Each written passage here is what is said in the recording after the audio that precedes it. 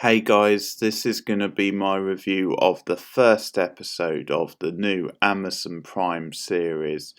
It is, of course, the Underground Railroad, so this is episode 1 of the first season, and it is called Georgia. So, just to warn you, I will be going into full spoilers from the start of this review. Although, to be fair, I don't think there's too much to spoil in this first episode. It is mostly like set up and this is a big deal mainly because it's Barry Jenkins who's behind this, directing, writing, because he is, of course, the critically acclaimed director of the Oscar winning film Moonlight, one of the most famous winners in Oscar history because of that, that famous mishap on the night. And then he followed that up a couple of years later with If Beale Street Could Talk.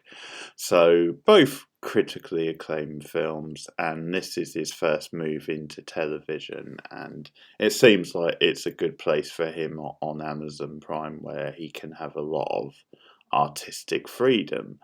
It's also based on a critically acclaimed novel too, so it's got that sort of credibility.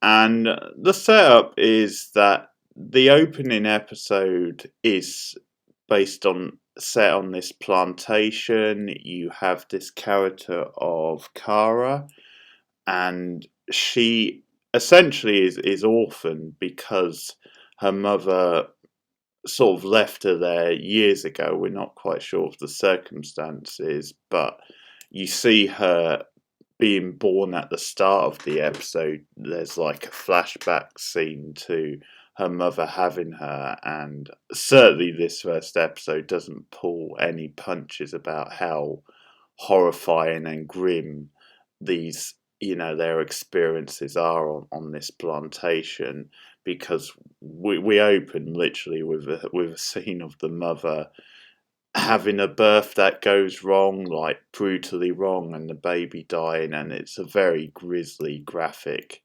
harrowing scene. We literally see the baby being put into the ground as it is, which is just awful. But in any case, she obviously has a child second time around, and that turns out to be Kara, who's later known as Lucky in the episode. And we find out more of this later. We find out that part of their part of the thing at this plantation, and the sort of rules and conditions that they're placed under by obviously the racist owners, it is that they have to give birth, they have to reproduce the future generation of slaves, is the idea. So that's kind of what the mother had to do. But she escaped, and she obviously left her child behind, and so the child grows up on this plantation. It's owned by these two like racist brothers, and Kara befriends this religious character, this character called Caesar, and he tells her about this place which is known as the Underground Railroad of the title, because you sort of find out during the episode that certain slaves have been escaping to this place, and it sort of becomes a legend. And Caesar says quite early in the episode, "I want to take you away from here." And there's this whole thing because of the circumstances of her being there, where she's always considered to have sort of special kind of abilities or powers, or just like is very, lucky, as her nickname becomes. And Caesar sort of sees her as this, and wants to take her with him when he escapes to the Underground Railroad. And for most of the episode, Lucky resists and is almost like just condemned in a way to life on this plantation, and to being under the thumb and just giving birth basically, which at one point she's like forced into sex with Caesar, although it's sort of expected. And Caesar, partly because of his religious values, but also obviously because he's very uncomfortable with it, doesn't want to have sex with Kara, but Kara insists that we have to basically don't rock the boat. It's not worth the hassle. And she kind of says to him, you're not better than the rest of us. Just let's get along with this and just do it. Otherwise, there will be consequences. And most of the first episode is set on the plantation and the experiences of Kara and Caesar and the other slaves. And by the end, we do build to them escaping, the main characters, that is, escaping to the Underground Railroad. And that is the setup now for what we're going to have in the rest of the season. And it's a very strong first episode, as you would expect from Barry Jenkins. The direction is really on point. It's very cinematic, very grueling. What he does is you get a great sense of atmosphere and location of the plantation. I think there's just a certain way he uses like the sounds and surroundings. There's certain moments, like there's a moment with like a couple of the slaves like just sort of sweeping up or washing the floors, and you get this very distinct build up of sound and just certain sounds and atmosphere that you get like when they're out in the fields, for example, the cotton fields. That's very nicely done, and you just get a sense of atmosphere and direction and mood of the place. And it's one of those very like beautiful but obviously always eerie and disturbing first episodes, because there's always a sense of unease even when the characters seem to have like a down sort of period where nothing much is happening. There's always that sense of unease and something potentially going on in the background that could cause something to happen. Very good characters as well. The central like characters and the performances. I've not seen the young girl playing Kara in anything, but I thought she was really good in obviously a very difficult role to play. And you're invested in those characters from pretty much the word go, and interested in what's happening. And I think another good thing is that the episode sets it up nicely at the end why Kara changes her mind and why she decides to go to the Underground Railroad with Caesar, and that is because something drastically happens on the plantation. Now, at one point, because it's run by these two brothers, and one of them really likes to mock the slaves, that there's this uncomfortable scene where he like forces this young boy to read out the Declaration of Independence, which obviously he struggles with because he's a young boy, and I think he sort of has a stutter, but he sort of bullies him. But what happens later in the episode is that we see like the consequences of someone trying to escape, and in the case of this character, he's actually caught and brought back. And there's this really terrifying scene where he's like brutally whipped several times. Flesh is kind of hanging off him, so certainly viewer discretion is advised. It's a really shocking, terrifying scene, and it's very sort of symbolic because he's like put out on display for the rest of the slaves. So it's like the owner is like sending a message, and then they eventually set him up on fire. So I will warn you, that scene is very harrowing, very disturbing.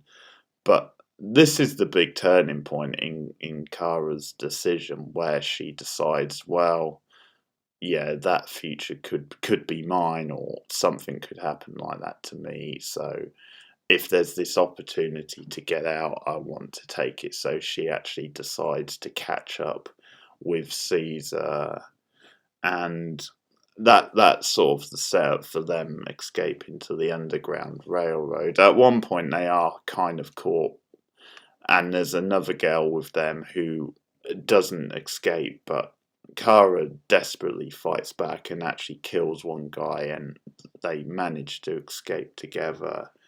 And then the sort of episode ends with them at this railroad. They go to this location, this like farm or cabin or something, and we sort of see this again, this white guy who obviously takes them in and still has a bit of a chip on his shoulder, even though he's obviously taking them in, and it's, sort of protecting them, but it's still playing the sort of patronising, I've got the power sort of thing. They're all out looking for you. They want to hang you, that sort of thing. But anyway, they eventually go underground, and the train light comes along,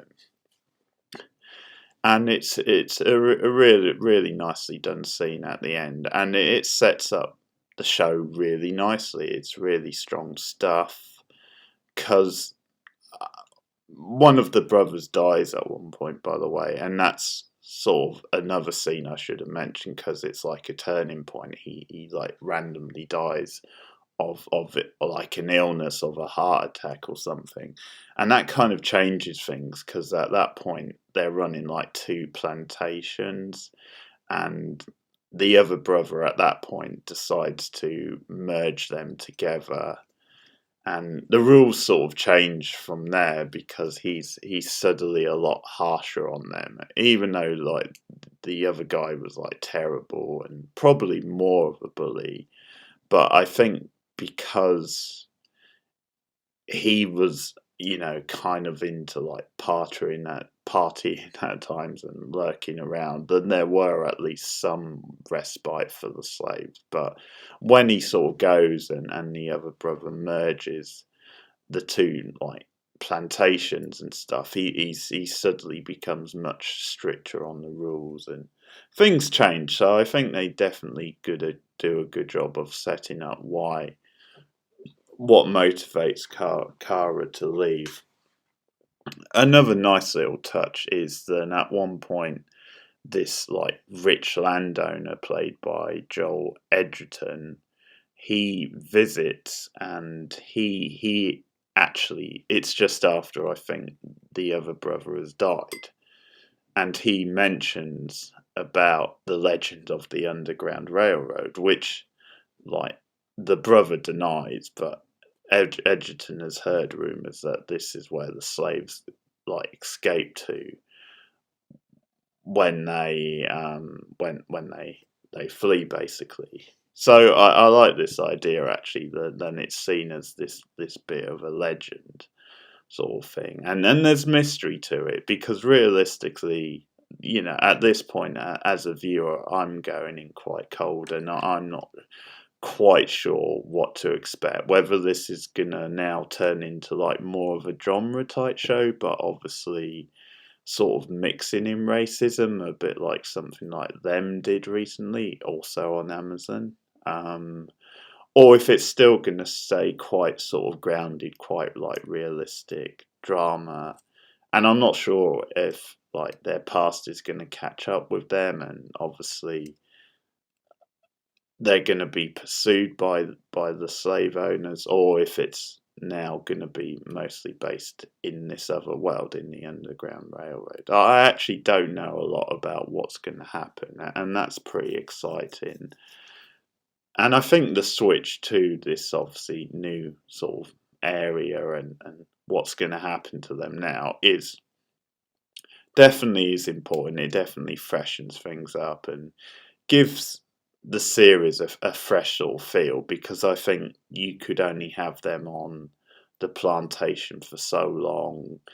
Because I think one concern you might bring up is that maybe with this sort of extreme type situations we see in the first episode, that maybe it could sort of fall into like torture porn territory, just because it being a TV series and you have multiple episodes. If it's kind of dragged out, something which obviously The Handmaid's Tale has been accused of at times, but because we get this one episode and it's on the plantation and it sets up the characters and their lives there, but builds to them moving to the Underground Railroad of the title, then I think that's the right way to do it. I think you needed this first episode for context, but by the end they obviously move on, and it's an exciting moving forward. It's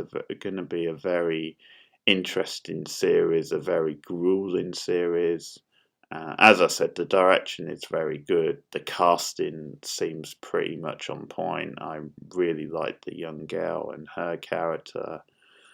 And yeah, it's a very powerful first episode, which sets up some intrigue moving forward. So I'm looking forward to the rest of the series. That is my thoughts on the Underground Railroad, the first episode, Georgia.